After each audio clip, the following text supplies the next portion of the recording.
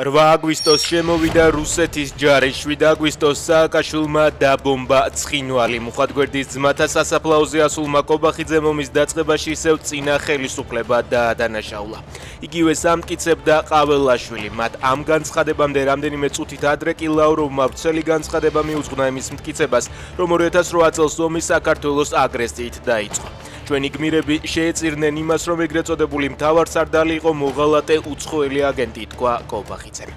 ლოვოს კურიერს, რომელსაც არასრულწლოვანები ფიზიკურად გაუსწორდნენ, შუბლი და ცხვირი აქვს გატეხილი, მთელ სხეულზე კი დაჟაჟილობები აღენიშნება. დავით დვალიშვილის ადვოკატი ამბობს, რომ კურიერი ყაზბეგის გამზირზე შეკვეთას ტოვებდა, როცა არასრულწლოვანების ჯგუფი, რომელიც ბუჩქებში რაღაცას ეძებდა, მოულოდნელად თავს დაესხა, ძირს დააგდო და ასფალტზე თავი არ ტყმევიდა.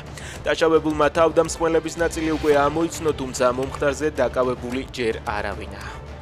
ბოლო 24 საათში განადგურებულია მტრის 1700-ზე მეტი სამიზნე და 200-ზე მეტი სამხედრო. უკრაინის უპილოტო ძალების მეთაური რუსების დანაკარგებზე წერს. უკრაინამ სამარისა და კრასნოდარის ოლქებში 2 ნავთობგადამამუშავებელი ქარხანაც დაბომბა.